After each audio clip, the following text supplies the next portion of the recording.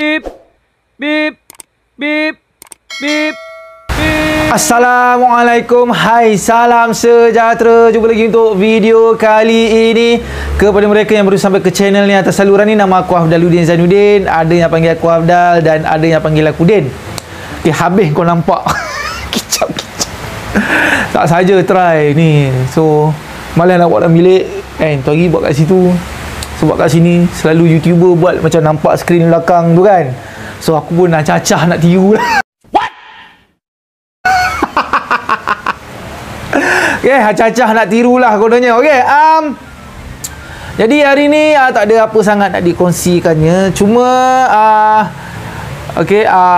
kecoh lah. Sebab sekarang ni tengah tengah sibuk kan, kereta elektrik lah. Okay, so ni ada apa nama ni, ada satu apps ni, apps Aladdin aku tak ingat lah apps apa ni. Okay, aku letak gambar dia tepi ni lah kot, sebab sini ada ruang kan. Okay. Apa benda lah nama dia punya ni, Aladdin.my ni. Okay, nikmati pengalaman baru menaiki kereta EV lah, ataupun electric vehicle. Okay. Yang tu aku tak kisah sangat. Yang aku kisahkan ni part ni. Dia ada bagi jadual lah kan. So macam mana apa nama ni dia punya ni. Okey, dia punya kosnya. Okey, dia bagi Proton Saga dengan ni lah kereta elektrik ni model apa ni, BYD-E6. Allah. Okey. Okey, dia kata ni kos permulaan lebih kurang macam tu 40,000. Okey, untuk kereta Saga. Okey, untuk kereta elektrik ni 150,000. Okey, dia mahal dekat situ. Okey, memang Saga memang murah lah. Seperti semua yang kita semua sedia maklum. Okey, tak apa. Lepas tu loan kalau kata kita dapat 80% ke ataupun 85% dalam 34,000 macam tu. Kalau kata kereta elektrik ni 127,000. Tapi mahal lah. Aku dengar 100,000 ni pun dah macam boleh ambil Alphard tu sebiji. Alphard yang third hand.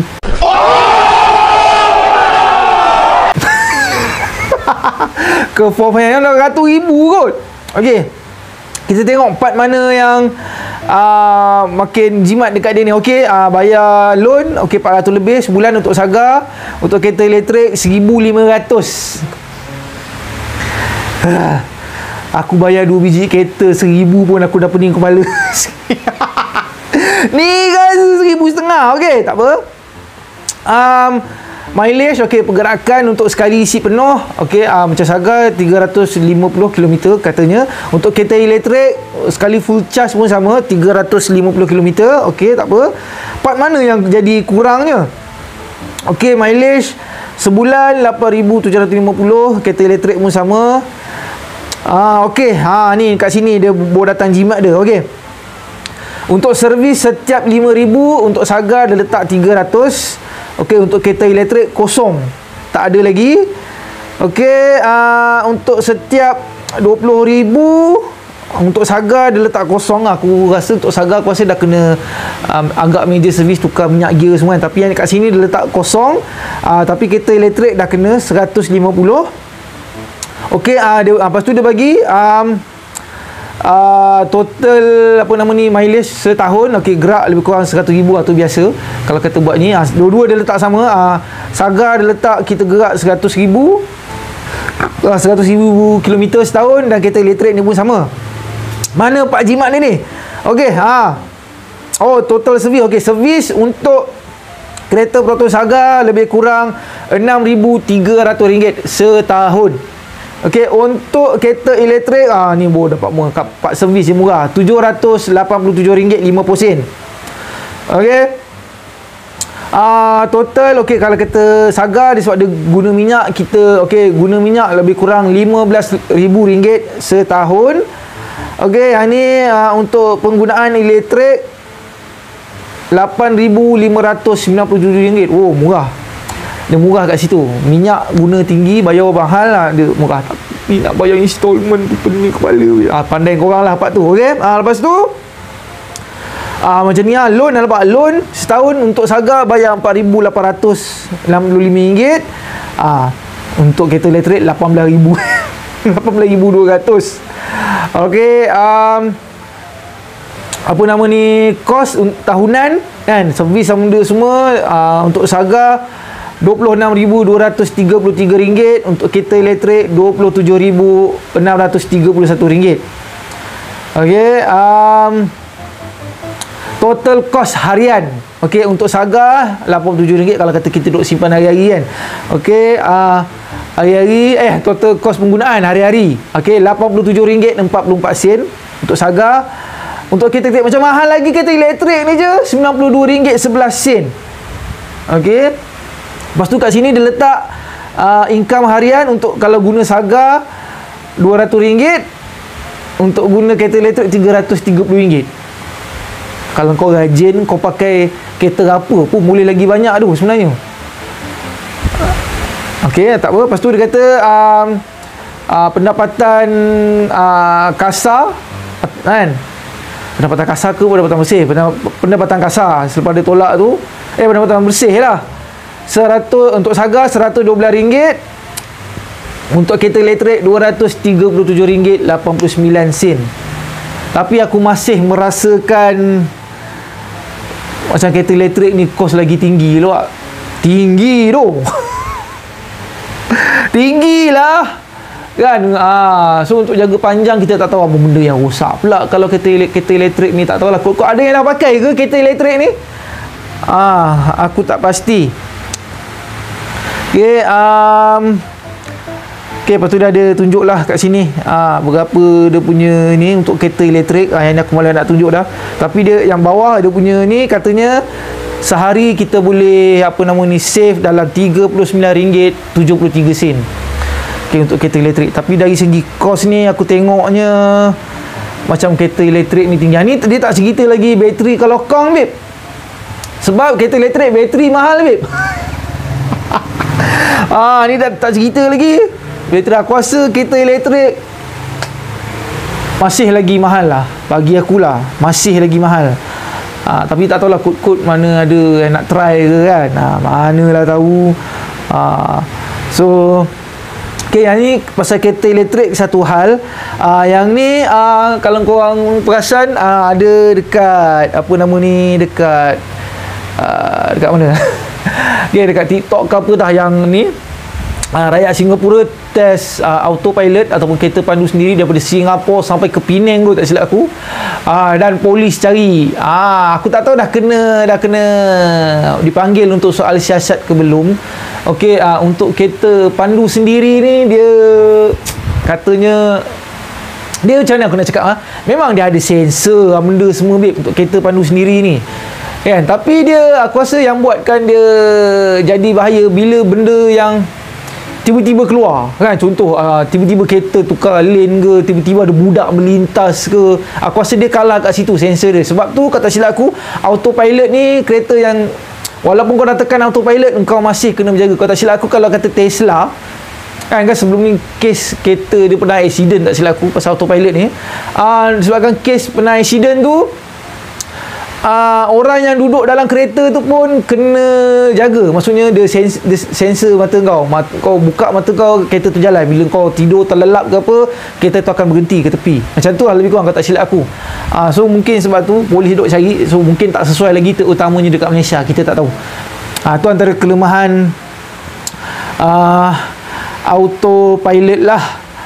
Okey, lepas tu ni ni aku rasa banyak orang dah tahu dah. So ni masih lagi cerita pasal orang rakyat Singapura. So sekarang ni, sebelum ni kita selalu dengar kan, mana-mana rakyat Malaysia yang pergi Singapura ada saman ke apa, kalau tak settle tak boleh keluar kan. So sekarang ni Malaysia pun nak buat benda yang sama kan. Kau banyak cekadak, banyak ni, tak boleh keluar. Yelah, lepas tu tak campur lagi dengan kes apa nama ni,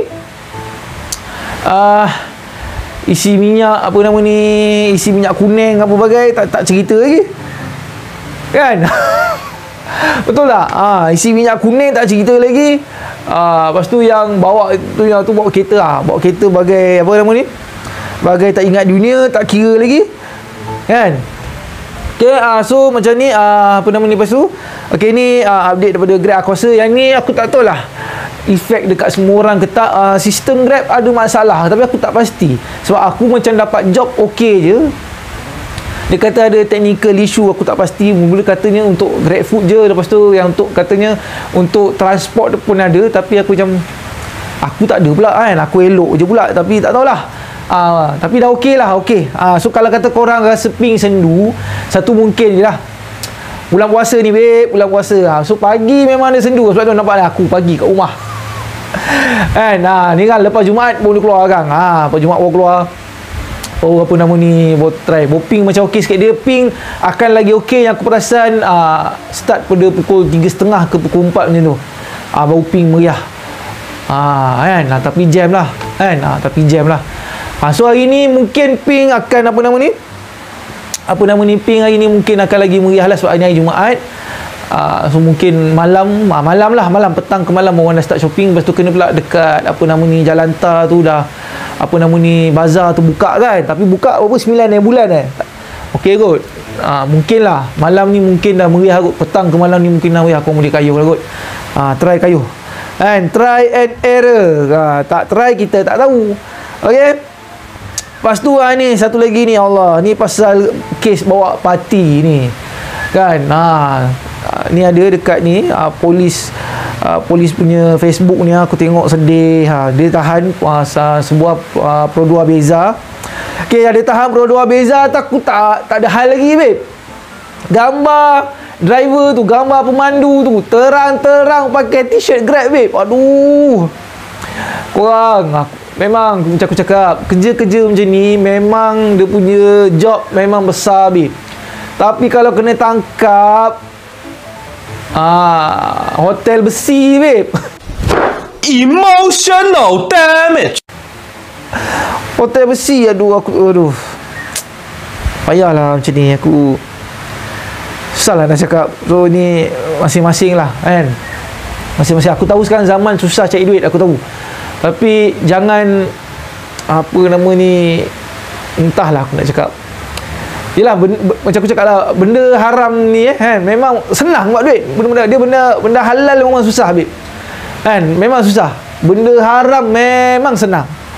Ni aku dah cakap ni. Benda haram memang senang. Okay. Lepas tu lagi ni ada satu benda ni agak kecoh aku tengok. Ni dekat e-hailing FM ada up pasal isu ni. Aku memang tahu permit taksi kan, taksi meter kan. Contoh kalau kata dia Lembah Kelang, dia boleh beroperasi di Lembah Kelang je. Kalau Penang, dia boleh operasi dekat Penang je. Kalau kat JB, dia boleh operasi dekat JB saja. Melainkan dia ada permit kereta sewa. Kereta sewa tu je. Satu Malaysia dia boleh operasi lah. Okay. Yang jadi masalahnya sekarang ni adalah bila pemandu taksi tu dia buat e-hailing lah kan. Dia buat Grab ke, dia buat Myka ke, dia buat senang cerita dia buat e-hailing. Maksudnya sekarang ni walaupun dia buat e-hailing, walaupun dia dah contoh dia buat kat KL, contoh dia balik kampung dekat Pahang ke, kat Kelantan ke apa kan, bila dia balik dia nak kayuh tu tak boleh, babe. Sebab permit dia permit taksi, dia bukan permit e-hailing. Dia macam kalau kata permit e-hailing, dia macam permit kereta sewa kan. Kita boleh satu Malaysia kayuh kan. Tapi bila taksi yang buat e-hailing, walaupun dia nak buat e-hailing dekat sana dekat, macam aku cakap tadi dah, dekat Pahang ke luar pada tempat dia daftar, tempat permit dia, contoh macam aku cakap Lembah Kelang, tak boleh buat taksi, tak boleh walaupun dia nak on e-hailing. Aku cakap aku baru tahu rupanya. Aku ingat macam sebelum ni aku memang tahu pasal permit taksi tu taksi, tapi aku ingat bila dah ada e-hailing ni, aku ingat diorang boleh juga buat satu Malaysia macam permit kita kan. Tapi tak, aku cakap alamak, tak, rupanya tak. Aduh, aku pening lah keadaan dia. Siapa-siapa yang buat undang-undang ni pening lah. Bila dah jadi taksi tu buat e-hailing, maksudnya dia ikut jugalah permit tu kan. Aku tak tahu permit taksi dengan permit e-hailing ni, itulah undang-undang bukan kita buat. Dah jadi pening. Okey, dah jadi pening.